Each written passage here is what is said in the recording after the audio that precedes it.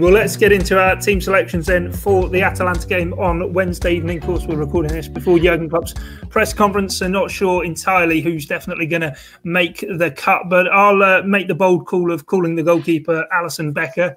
Theo, I'll pass the defence on to you. Thanks, mate. That's nice and easy. Andy Robertson, left back. Joel Matip, centre back. I'm torn here because part of me would put Reece Williams in, but part of me would put Fabinho in, because I think the centre-back partnership, it's the one place on the pitch you don't want to rotate. You want that stability there, but you don't want to lose another player to injury there, especially when Matip and Fabinho are just back from injury. And then it's at right back as well. Where do you need James Milner most for this game? I think I'll go Milner right back with Williams centre back, and then Fabinho can be in midfield. But I'll probably change my mind when we do our team selector tomorrow. So yeah, always is the case. Matt, what do you think about that defence? Are you happy with that, or would you go with something different? It's a really tough one. I'm not going to pick Joel Matip. I don't think you can trust him to play another game with Brighton at the weekend as well. So I'm going to play Fabinho, even though, again, that's a slight risk given he's just come back from his own injury. But I'm going to play Fabinho and Reece Williams at centre-back. Therefore, I'm going to play Milner at right back rather than Nico Williams, so you don't have both of the two youthful players in the back four. And Andy Robertson, I think, has to be at left back, though Kostas Tsimikas is fit, and at some point he does have to come in and give Andy Robertson a rest. I just think the fact that there's a couple of other changes in the back four makes me think maybe you go with a little bit more experience. So, yeah, Robertson at left back and Milner at right back again. Yeah, Sean very much on Friday, Doyle, was saying how this is the game to get Andy Robertson through, then wrap him up in cotton wool and play Tsimikas. Would you go along with that, or are you going with Matt and Theo and Andy Robertson gets the nod? Well, first thing, I think Tsimikas will play. I think Andy Robertson just can't keep on going on forever. And as we've kind of suggested, if Liverpool do mess it up in this game, they've got another two to sort it out. So I think this is an ideal time to rest him. I also think it's interesting because there's no way that Milner, Fabinho and Matip are going to start all three of these games. And without wishing to do the team selector for the Brighton game, I think Fabinho and Nat Phillips will be a good partnership at centre-back there, because I don't think that Brighton have got the quickest players. So I'd have Reece Williams and Matip at centre-back for the Atalanta game, because Reece Williams has played 90 minutes against them already, so he knows what to expect. And at right back, I think I might go Nico Williams. I think I'm going to go Nico Williams. I thought I was quite impressed with what he did when he came on for the last half hour. He's waited quite a while to get a few more minutes. And again, I don't think Milner will be able to play those three games, and he might be needed at the weekend. Although when we go into our midfield, we kind of are assuming that I'm assuming we're going to assume Henderson's not playing, whereas I think he might, which will then, that kind of impact on who you play in midfield, because if Henderson can't play, if you've got Wijnaldum and Jones, then who's the other one? And they're not going to play four up front, I don't think, anyway, because I think they rotate some of the forwards. So I'm sticking with Nico Williams at right back. Right, okay. I don't really know where the rest of the back four is there, but that's no problem whatsoever. Matt, I'll come to you for your midfield. It was 4-2-3-1 last time they played Atalanta. Are they going to go with that again?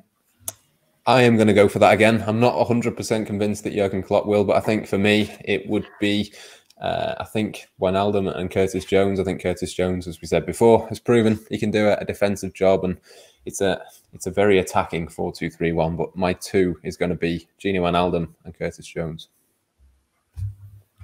Theo, does that sound good to you, or are you going to go three-man midfield? Mine's three-man. Fabinho holding, as I said, with Gini and Curtis Jones.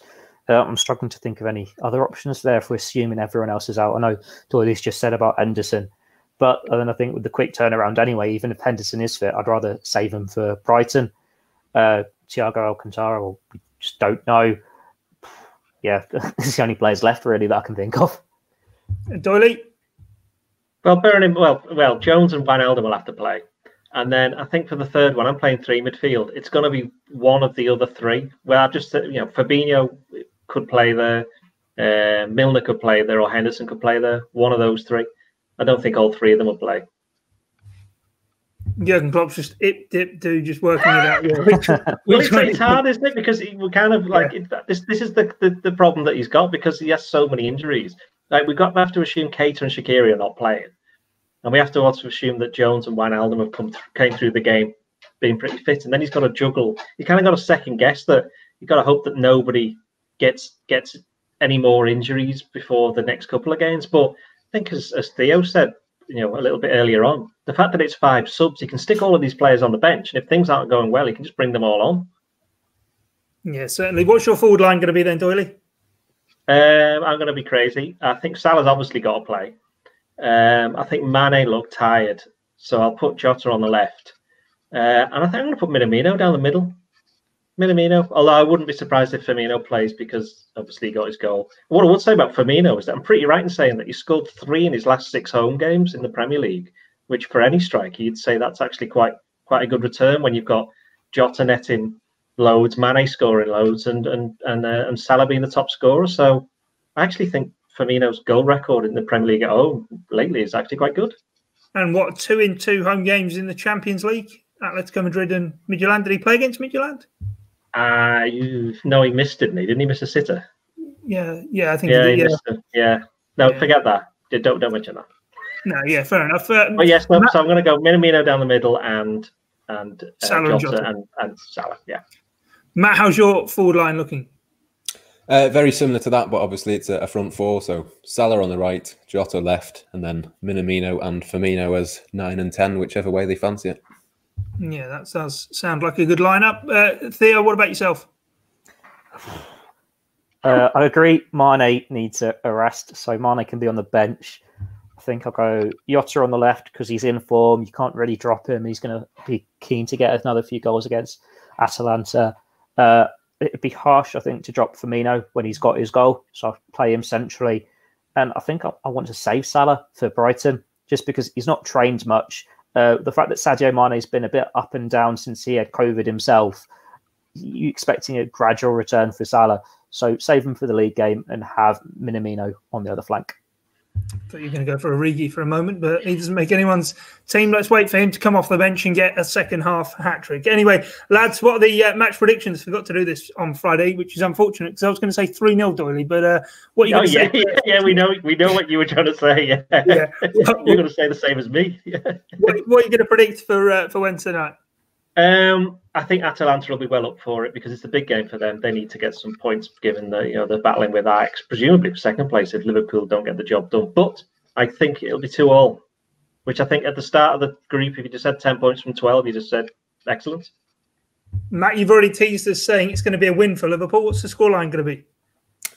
It's very hard to predict. I'm going to go 3-1. I think Atalanta probably will score. I think they'll put in a much better performance, but I think Jota and probably Salah will be very up for it as well. So, yeah, I think Liverpool win.